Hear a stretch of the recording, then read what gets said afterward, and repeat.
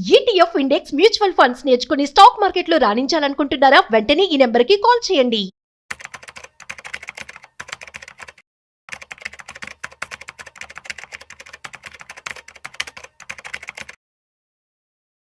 నమస్తే, welcome to Suman TV. నేను విష్ణు. ప్రస్తుతంతో పాటు ప్రముఖ స్టాక్ మార్కెట్ అనలిస్ట్ సుందరరామరెడ్డి గారు ఉన్నారు. సార్తో మాట్లాడదాం. సార్ నమస్తే. సార్ నమస్తే సార్. సుందరరామరెడ్డి గారు, ఇప్పుడు బంగారం గురించి మాట్లాడుకోగానే చాలా మంది దుబాయ్లో బంగారం రేటు తక్కువ, దుబాయ్లో బంగారం రేటు తక్కువ, ఎవరైనా తెలిసిన వాళ్ళు వెళ్తుంటే వాళ్ళకి డబ్బులు ఇచ్చి ఎంతో కొంత బంగారం తెప్పించుకుందాం అని చాలా మంది అనుకుంటుంటాం. మనం తెలిసిన వాళ్ళు అక్కడి నుంచి ఎవరైనా వచ్చినా చెప్తుంటారు, అరే దుబాయ్లో చాలా తక్కువరా, అంత తెచ్చుకోవచ్చు ఇంత తెచ్చుకోవచ్చు అని చెప్తుంటారు కదా. ఎందుకు అసలు దుబాయ్లో బంగారం రేటు తక్కువ? సరే, ఒకవేళ మనం దుబాయ్లో గోల్డ్ కొనుక్కొని భారతదేశానికి తెచ్చుకోవాలి అంటే ఒక్కొక్క ఇండివిజువల్ ఎంత బంగారాన్ని అక్కడ కొనుక్కొని భారతదేశానికి అఫీషియల్ గా తెచ్చుకోవచ్చు? రైట్. సో బేసికల్గా దుబాయ్లో నాట్ ఓన్లీ గోల్డ్ అండి, ఏటికైనా సరే ట్యాక్సెస్ చాలా తక్కువ ఉంటుంది. గల్ఫ్ కంట్రీస్ అన్నింటిలో కూడా ఏంటంటే అది ఆయిల్ బేస్డ్ ఎకానమీ కదా, గవర్నమెంట్ కి అదర్ ఇన్కమ్ చాలా ఎక్కువ వస్తుంటుంది అనమాట. అందుకని చాలా కంట్రీస్ లో ఇన్కమ్ ట్యాక్స్ జీరో ఉందండి అక్కడ. ఈవెన్ ఇండియా నుంచి కూడా చాలా మంది అక్కడ గోల్డెన్ వీసా తీసుకొని 10 years 20 years కి అక్కడ పోయి స్టే చేస్తారు. అక్కడ మీరు ఎంత సంపాదించుకోండి, ఇన్కమ్ ట్యాక్స్ జీరో ఉంటుంది.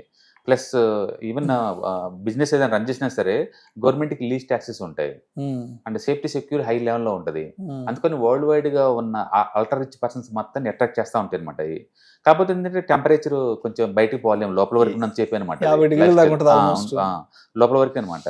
ఇన్ఫ్రాస్ట్రక్చర్ పరంగా అయితే సూపర్గా ఉంటుంది. గవర్నమెంట్ రెగ్యులేషన్స్ కానీ సేఫ్టీ పరంగా కానీ ఇటన్నింటిలో బాగుంటుంది అది. సో న్యాచురల్ గా ట్యాక్సెస్ అనేది లీస్ట్ ఉంటాయి అక్కడ. గోల్డ్ మీద లిటరల్లీ జీరో ట్యాక్స్ అక్కడ.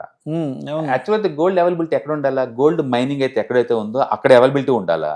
అయితే దుబాయ్లో గోల్డ్ మైనింగ్ అంటే ఏం లేదండి, బయట తెచ్చుకోవటం మొత్తం వాళ్ళు బయట నుంచి తెచ్చుకొస్తే గోల్డ్ ట్రేడింగ్ హబ్ అంతే అది. అందుకని దుబాయ్ గోల్డ్ ప్యూరిటీ బాగుంటుంది అండ్ మంచి గోల్డ్, అది కలర్ కూడా ఎల్లో కలర్ లో ఉంటుంది.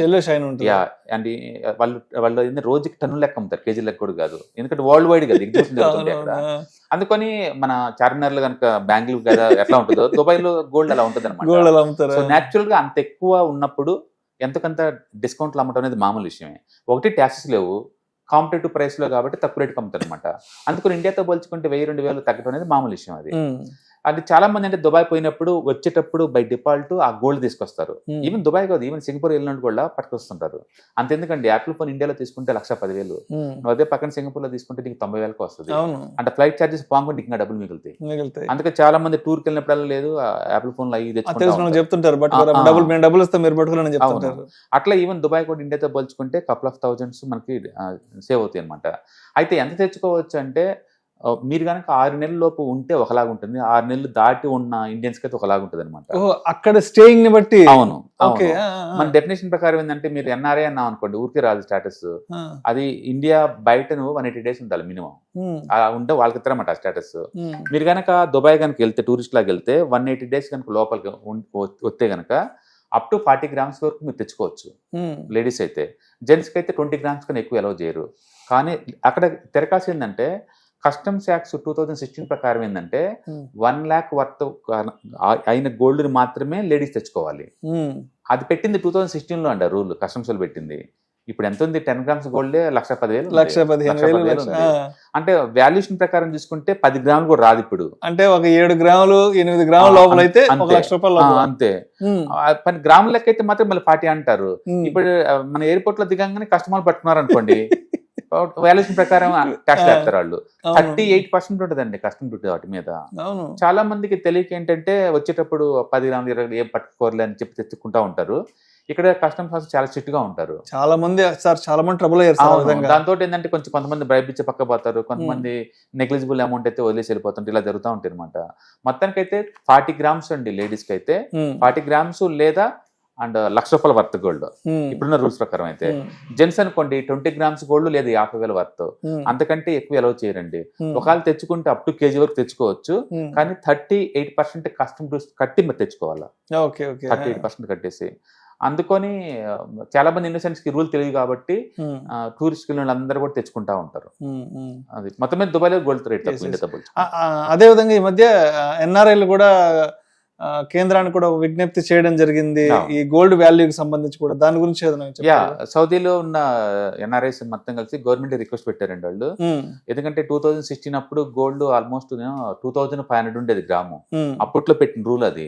ఇప్పుడు గోల్డ్ రేట్ నీకు 10,000 దాటింది కదా గ్రామ్ రేటు. అవును. అందుకని గ్రామ్ రేటు 2005 దగ్గర ఉన్నప్పుడు డిజైన్ చేసింది ఆ రూల్. ఆ రూల్స్ కొంచెం అప్డేట్ చేయమని చెప్పేసి మొన్న సీతారామన్ కూడా ఒక మెమోరాండం పెట్టారు వాళ్ళు ఓకే. ఎన్ఆర్ఐస్ కలిపి. మేబీ గవర్నమెంట్ అలౌ చేయొచ్చు, ఎందుకంటే ఇప్పుడు గవర్నమెంట్ కూడా గోల్డ్ ఇన్పుట్ అయితే బాగానే ఉంటుంది కాబట్టి రేటు. సో మొత్తానికి అయితే ఇండియాలో ఎవ్రీ ఇయర్ యావరేజ్ మీద అయితే మనకి ఆల్మోస్ట్ 700 టన్స్ వస్తుంటదండి గోల్డ్ ఇంపోర్ట్.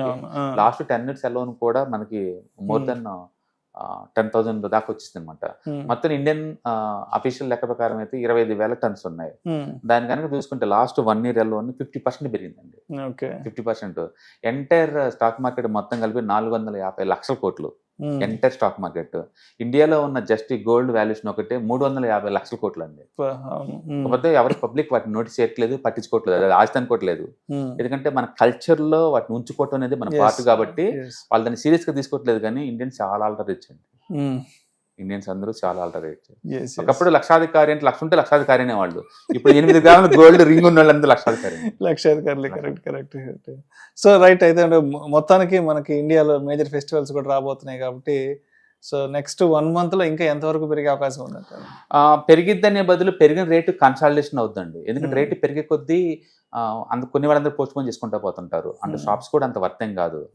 అందుకని గోల్డ్ రేట్ పెరిగిద్దని అనుకోవట్లేదు. ఆ పెరిగిన ర్యాపిడిటీ స్పీడ్ ఏదైతే ఉందో అదేమవుతుందంటే టైం కరెక్షన్ వస్తుంది. కాబట్టి ఈవెన్ దసరా దివాళీ టైం కూడా గోల్డ్ 1,10,000 దాటి ముందు పోద్దని అనుకోవట్లేదు. బట్ ఈ పెరిగిన ప్రైస్ సస్టైన్ అవుతుంది అంతే. ఎందుకంటే వరల్డ్ వైడ్ ఈక్విటీ మార్కెట్ బాగా ర్యాలీ జరుగుతూ ఉంటాయి. అండ్ సెంట్రల్ ఇప్పుడు ట్రంప్ టారిఫ్ వార్ కొంచెం ఆగింది అనుకోండి, గోల్డ్ కి అమౌజ్ తగ్గిపోద్ది ఆటోమేటిక్ గా.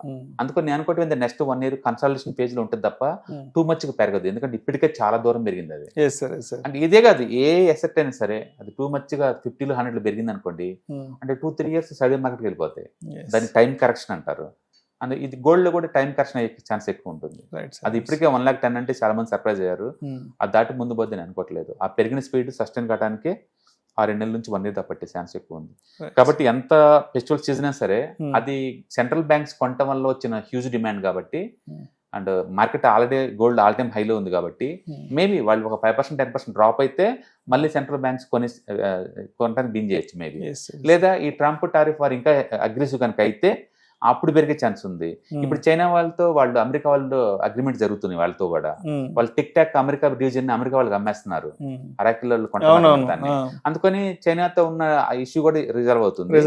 ఇండియాలో టారిఫ్ వార్ కూడా రిజాల్వ్ అవుతుంది. కాబట్టి ఈ ఇష్యూ పెద్ద ముందు పోదు ఇంకా. అందుకని నేను అనుకోవటం ఏంటంటే వరల్డ్ వైడ్ గా స్టెబిలిటీ వచ్చే ఛాన్స్ ఎక్కువ. స్టెబిలిటీ కనుక వస్తే కనుక సెంట్రల్ బ్యాంక్స్ కూడా గోల్డ్ కొనడం తగ్గొచ్చు. అంటే పెరిగిన రేట్ ఆల్రెడీ సస్టైన్ కావడానికి ఎక్కువ టైం పట్టింది కాబట్టి టైం కరెక్షన్ వచ్చే ఛాన్స్ ఉంది. అండ్ ఆటోమేటిక్ మార్కెట్స్ కూడా బాగా పాజిటివ్ బుల్ ర్యాలీలో వెళ్తాయి కాబట్టి కొంత గోల్డ్ కూడా ఆపేసి మళ్ళీ ఈక్విటీలోకి వస్తారు. Right. Thank you sir. Thank you so much. October 12 మీకు దగ్గరలోని సిటీకి వస్తున్నాం. వైజాగ్, తిరుపతి అండ్ నెల్లూరు ఈ 3 cities లో ప్లాన్ చేస్తున్నాం. సో మీరు ఎవరైనా సరే స్టాక్ మార్కెట్ మీద passive income as well as active income కనుక ETFs, index funds and mutual funds ద్వారా ఎర్న్ చేద్దాం అనుకుంటే ఇది మంచి అవకాశం. సో మీరు ఎవరైనా సరే మీ దగ్గరలో సిటీస్ వాళ్ళకి అనుకుంటే కనుక కింద స్క్రోల్ అవుతున్న నెంబర్పై పింక్ చేసుకొని మీరు సీట్ రిజర్వ్ చేసుకోండి. సో ఇంతకుముందుతో పోల్చుకుంటే ఏంటి, ఇంతకుముందు మనం ఓన్లీ ఆన్లైన్లో తీసుకునే వాళ్ళం. ఇప్పుడు దాంతో పోల్చుకుంటే ఇది క్లాస్ రూమ్ ఎన్విరాన్మెంట్లో అనమాట. సో 1-to-1 ఇంటరాక్షన్ ఉంటుంది కాబట్టి మోర్ ఎఫెక్టివ్గా ఉంటుంది.